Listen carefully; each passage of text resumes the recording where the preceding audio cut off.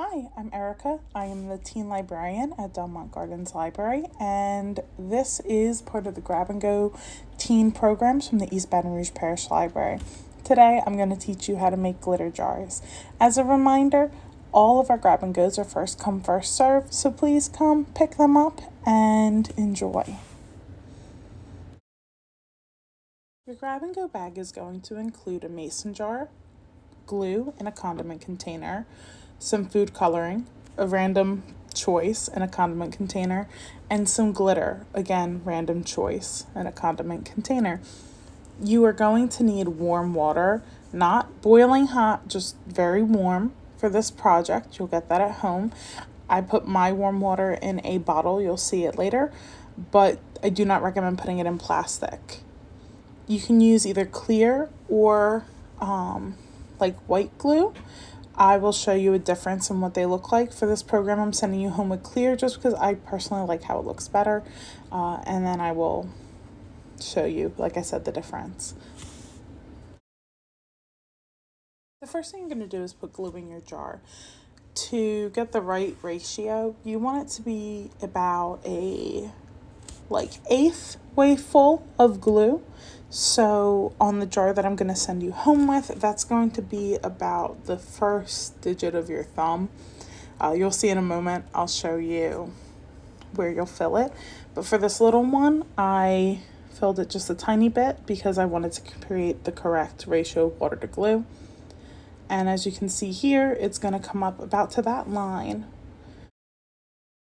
You're then going to want to pour in your warm water. I do not recommend putting your warm water in a plastic container. That was just what I had at this moment. But I would recommend putting it in a cup. It just has to be tap water warm. It doesn't have to be boiling. Please do not use boiling water. You're then going to put a little bit of water about halfway into your jar and mix it. I'm going to change the angle of the camera in a moment so that you're able to see me mix it a little better. But the reason you're mixing it in now is because you want to make sure you have enough glue. While you're mixing, it's going to feel like the water is getting thicker. And it is in a way because you're combining the glue and the water together. If you don't feel like there is a thicker consistency in your water, you just have to add more glue.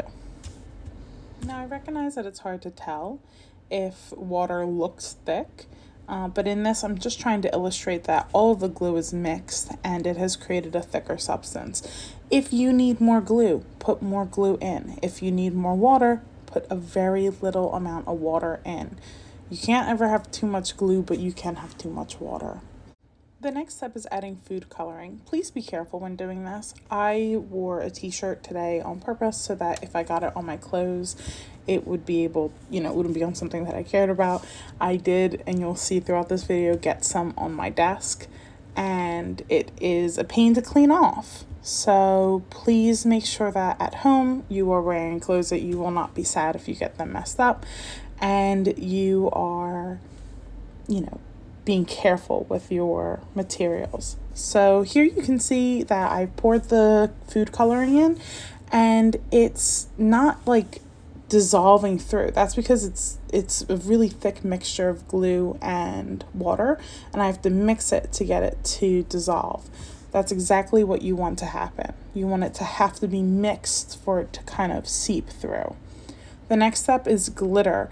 You have to add a lot of glitter to this project. If you think you did enough, you probably need more. I'm going to send you home with a lot, and if you have more glitter at your house, please feel free to use it. In this little clip here, you see that glitter bottle I'm filling with water was actually almost empty, and I just wanted to not waste the glitter. So you're seeing me add it in there. And then I add a third glitter. So I have blue, gold, and then I'm adding a third thicker glitter. It's the red one in the background. You're going to see it come up to the foreground. And this is just so that there's different consistencies in my bottle.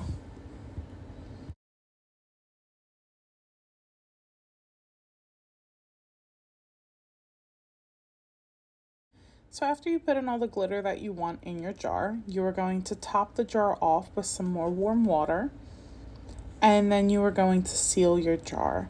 You do this so that the water doesn't leak out, essentially, and you don't want to fill it too high or it will leak.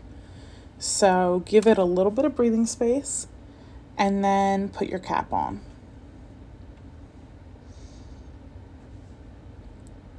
Then you shake it and you have a swirling bottle of glitter. The cool part about this is that it's actually a really good stress reliever. If you're frustrated about something in school, you can shake that up, watch the glitter settle, and it kind of helps you relax. Now I'm topping mine off a little more because I didn't think that there was enough in here, and I actually caused it to leak later on. So don't repeat my mistake, or at least let those bubbles settle before you add more water, because I had to clean up and I don't want you to have that situation at home. So make sure it's nice and tight, and then you can shake it up and it's going to look really cool. The glitter always settles on the bottom and you just have to shake it and turn it and shake it, and it swirls around really beautifully. So as I said before, I show you two other jars. This one was used with clear glue and a lot more food coloring than the little jar. And the next one was used with white glue and food coloring. Less food coloring, more glue. And the key thing to notice here is how quickly the glitter settles. Less glue, it settles quickly, and you'll see in the next clip that with more glue, it settles slower. So for you, when you take this home and work on this project, you should decide, do you want more or less glue? I like both effects. I think they look cool, and it's up to you to decide what you like better. Thank you for coming and taking part of this project, and we look forward to seeing you at the next Grab and Go.